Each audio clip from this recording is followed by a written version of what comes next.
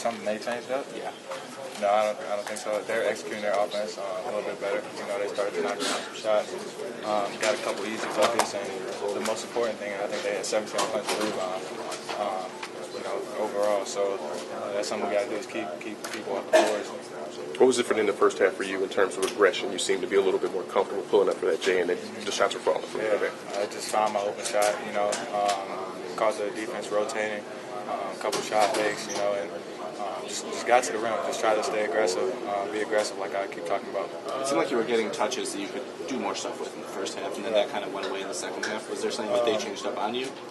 I mean, I'm not sure. I don't know, but we were swinging the ball in the first half. We had great ball movement, and then second half, Nick and Karras found straight line drives and for themselves. That wasn't necessarily that open in the first half. So.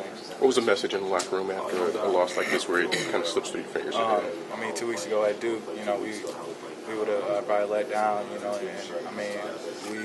we keep getting better as a team every day in practice, and you can definitely tell by the way that we've been playing, our aggression. I think that we just got to have the right mindset, trust in coach, trust what he's doing, and come to practice ready to practice. What happened in the second half? What did Arizona do that was different for you personally? For me, like defensive-wise, nothing really. I didn't get as many open shots. Like I said, Karras and Nick found some straight line drives to the basket. Had a lot of finishes for themselves. So did Mitch. So the guys were finding open shots for themselves. I don't think they necessarily did anything different. I apologize if this was asked. Can you describe what happened on that last shot for you? Yeah, I got a handoff and I drove to the middle and I pulled back, going behind the back, and my defender got a number of feet off me and just shot an open jumper and I missed it. So that's it. You guys have had some of these rebounding games before. I think Indiana last year was like this, where you probably outplayed them for 35 minutes, but the rebounds added up. What has to change when you guys when their shot goes up? Is it just getting hit on somebody? Yeah.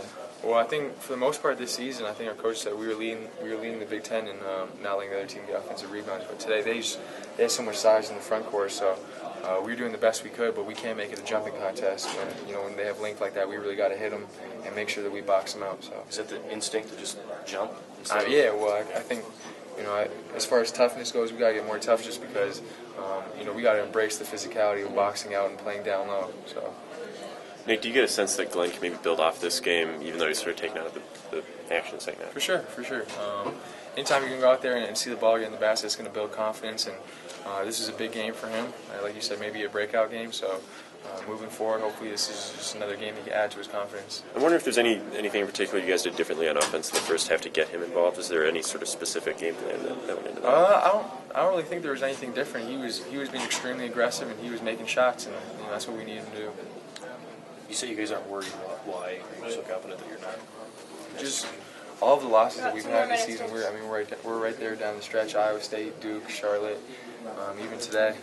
We've been there in all the games, and it's just like I said, just down the stretch. We just can't pull out those big plays. But we had that same kind of problem last year. I think in the Big Ten, we went through that stretch where we were losing a lot of games down the stretch, and we told ourselves in the tournament, one of those games is going to go our way, and then Kansas game, Syracuse game. Things started going our way. So we got a lot of time, and we're not going to be too concerned about this. Hope maybe it's flipped. Last year, you guys couldn't miss in the first 2 months. Yeah. Maybe it works out. Hopefully. I think this team hasn't even come close to reaching our ceiling. I think we got a long way to go still. So I'm excited to see the end product that we have. What was the message at halftime with that lead going in and Glenn making that three? You guys had a lot of momentum going your way.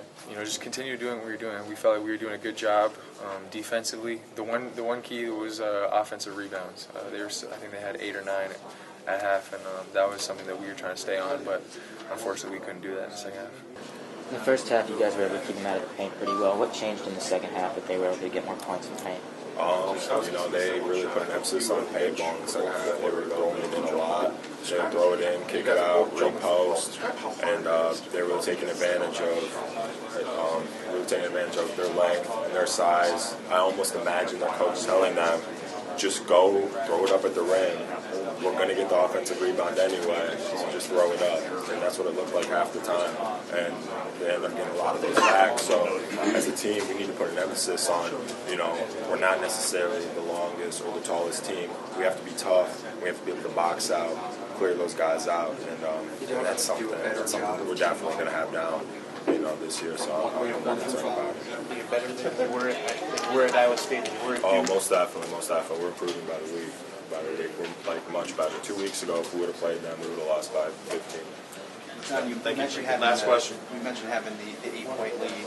With the young team you have right now, how do you learn how to close out those situations and get those wins in the late game situations? It's experience, It's experience. It's repetition. It's it's that mental toughness.